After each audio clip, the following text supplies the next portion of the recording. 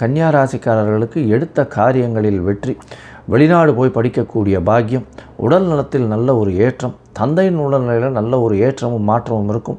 தந்தை மூலியமாக சொத்துக்கள் வரக்கூடிய காலகட்டம், தொழிலில் பெரிய அபிவிருத்தி ஏற்படக்கூடிய வாய்ப்பு, முயற்சிகள் எல்லாமே கைகூடக்கூடிய காலகட்டம், எடுத்த காரியங்கள் எல்லாமே ஏற்றம் கிடைக்கும். குழந்தை பிராப்தி ஏற்படக்கூடிய பாக்கியங்கள் நிச்சயமாக உண்டு.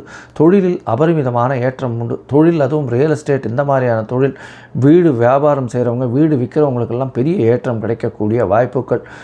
உங்களுடைய ராசிக்கு படிக்கக்கூடிய மாணவர்கள் வெளிநாடு போய் படிக்கணும்னு நினச்சிட்டு இருக்கிறவாளுக்கெல்லாம் பெரிய ஏற்றம் கிடைக்கக்கூடிய காலகட்டமாக இருக்கும். வெளிநாட்டில் தான் நினச்ச இடத்துல நினச்ச நேரத்தில் போய் இருக்கக்கூடிய வாய்ப்புகள் நிச்சயமாக உண்டு.